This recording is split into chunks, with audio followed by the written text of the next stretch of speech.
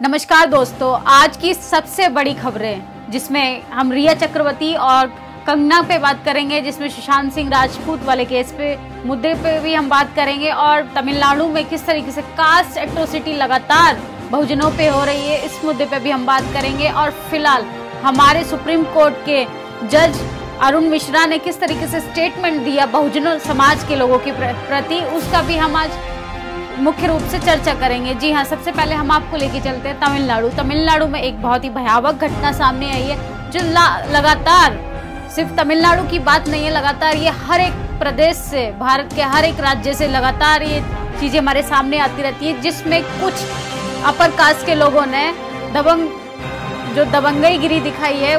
बहुजन लोगों को अपने खेत में आने के लिए चारों तरफ से बाउंड्री बना दी गई है, रेलिंग लगा दी गई है, जिसमें दलित समाज के लोगों को और इस तरीके से मारपीट की गई है उनके साथ, और उनको पर्सनली एडवाइस दी गई है कि उनकी ज़मीन में, सवर्ण लोगों की ज़मीन में आना निषेध है। अब सोचिए कि जानवर नहीं बल्कि इंसान के प्रति इतना भेदभाव और इतनी नफरत सवर्णों के मन में है। और इसी पे स्टेटमेंट आता है हमारी कंगना मैडम का। कंगना का मुद्दा लगातार कंट्रोवर्सी का बना हुआ है, जिसमें हमारी मीडिया लगातार उसको हाईलाइट करके दिखाती रहती है, जिसमें वो बोलती हैं कि जातिवाद भेदभाव सिर्फ कॉन्स्टिट्यूशन आधार पर है, जबकि अगर संविधान खत्म हो जाएगा तो जातिवाद भी खत्म हो जाएगी। सोचिए, इस तरीके के स्टेटमेंट आते हैं ऐसे लोगों के जिनको Y+ की सुविधा दी जाती है, जो कि देशद्रोही स्टेटमेंट देते हैं, एक तरीके का भड़काऊ भाषण देते हैं, और हमारी गवर्नमेंट उनको Y+ सिक्योरिटी दे देती है। जनता यहाँ पे भूखे मर रही है। हमारे सुप्रीम कोर्ट के जस्टिस अरुण मिश्रा ने रिटायरमेंट के दौरान एक ऐसा स्टेटमेंट देकर गए जनता के लिए जो बहुत ही भयावह है। उन्होंने बोला कि रेलवे पटरी के जो आसपास जितनी भी झुग्गी झोपड़ियाँ हैं, वो सब 48,000 झोपड़ियों को 3 महीने के अंदर हटाया जाए। लेकिन मीडिया आपको ये नहीं दिखाएगी, मीडिया दिखाएगी कि ड्रग्स रिया ने लिया या सुशांत ने लिया, ड्रग्स का एडिक्ट कंगना थी या नहीं। मजबूरी में जो बेसहारा लोग हैं, गरीबी की जो मार झेल रहे हैं, वो लोग किस कदर मर रहे हैं, लेकिन जो ड्रग्स अपने शौक से ले रहे हैं उसको एक मुद्दा बना दिया जाता है, उसको देश में इस कदर बड़ा चढ़ा के खबरों के साथ पेश किया जाता है जैसे पता नहीं है उन्होंने कौन सा फतवा जारी कर दिया हो या कौन सी विजय प्राप्त की हो। अब सोचिए कि देश की क्या स्थिति है। लेकिन लगातार जिस तरीके से बहुजन समाज पे और बहुजन समाज के लोगों को प्रताड़ित किया जा रहा है, उनकी खबरें लगातार दबा दी जाती हैं। रोजगार के मुद्दे पे बात नहीं करेगा कोई। जिस तरीके से हमारे सामने अभी 5 तारीख को लोगों ने ताली थाली बजाई मोदी जी को उन्हीं की भाषा में जवाब देने के लिए कि जनता को मन की बात से पेट नहीं भरेगा, उनको रोजगार चाहिए, नौकरियां चाहिए, उनको खाना चाहिए। लेकिन हमारी मीडिया जो है, अर्नब गोस्वामी जैसे बंदे जब तक मीडिया में बैठे रहेंगे तो वो सिर्फ शोर शराबा और एंटरटेनमेंट के अलावा आपको खबरें बिल्कुल नहीं दिखाएंगे। वो सिर्फ जनता को भटकाते रहेंगे, मुद्दों की बात नहीं करेंगे, और जब बात मुद्दे पे भी आएगी तो डिबेट में उन लोगों को बुलाएंगे जिन लोगों को बोलने का मौका नहीं दिया जाएगा।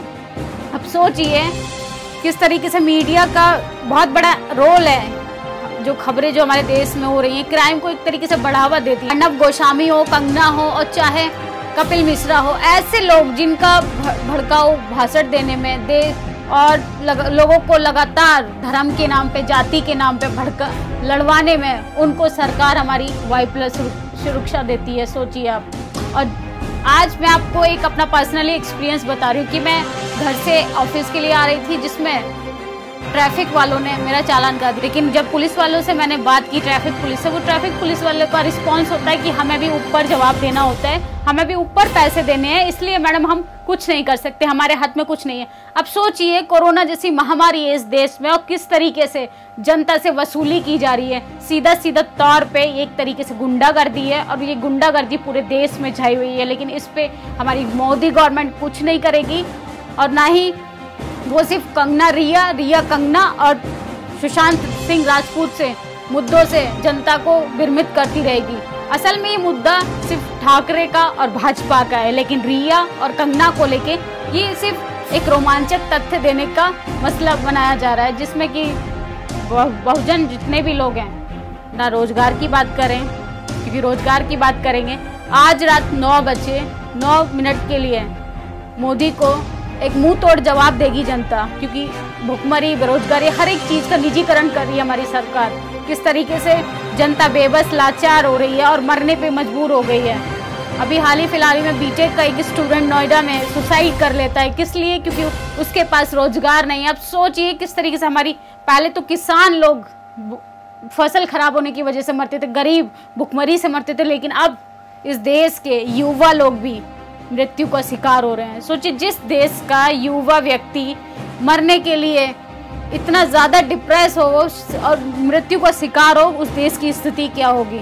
आप लोग अभी भी अपने राइट्स के प्रति सचेत रहिए और आपके लिए क्या सही है। अगर आप लोग सरकार बना सकते हैं तो उसको बिगाड़ भी सकते हैं। उखाड़ फेंकिए उस भाजपा के जितने भी एजेंडे वाले जो लोग हैं, जो ऐसे ऐसे एजेंडे को थोपते हैं जनता पे, जिसका लगातार उनका हनन हो रहा है, उनके अधिकारों का हनन हो रहा है और किस तरीके से वो सांस नहीं ले पा रहे हैं। हमारे कॉन्स्टिट्यूशन को किस तरीके से खत्म किया जा रहा है। आप लोग सोच रहे होंगे कि आरक्षण खत्म होगा या हमारी सत्ता जब आएगी तब हम लोग कुछ बदलाव करेंगे। सत्ता तो तब आएगी ना जब आप लोग कुछ इनिशिएटिव लेंगे, कुछ काम करेंगे। और आपको लगता है कि आरक्षण खत्म होने पर हम सड़कों पे आएंगे, तो मैं पूरी जनता से कहना चाहूँगी कि निजीकरण ही आरक्षण को सीधा तौर से खत्म करने का एक प्रक्रिया है। आपको लगता है कि आरक्षण को डायरेक्टली नहीं खत्म कर सकते, लेकिन चीज़ों का निजीकरण जो होना है, गरीब बच्चे जब पढ़ नहीं पाएगा, उसके पास पैसे नहीं होंगे, निजीकरण होने पे चीज़ें प्राइवेट हो जाएंगी और उन स्कूल, इंस्टीट्यूशन और ब्यूरोक्रेसी जॉब में वही लोग जाएंगे जिनके पास पैसा होगा। वही लोग जाएंगे जो अंबानी अडानी के बच्चे होंगे। यहाँ पे रिया और कंगना, ये कंगना रिया करने से हमें ना रोजगार मिलेगा, ना ही हमें खाना मिलेगा और ना ही हमें वो अपने अधिकार मिलेंगे। हमें अधिकारों के प्रति मीडिया उसको नहीं दिखा रही, लेकिन सोशल मीडिया के जरिए आप लोग अपनी बात रख सकते हैं। सोशल मीडिया को अपनी ताकत बनाइए, उसका कैसे यूज करना है। और आप लोगों को पर्सनली मैं एडवाइस देना चाहूंगी कि रिया और कंगना जैसे मुद्दों से आप भ्रमित ना हो। आज रात मुंह तोड़ जवाब दें सरकार को कि आप लोगों को रोजगार की जरूरत है।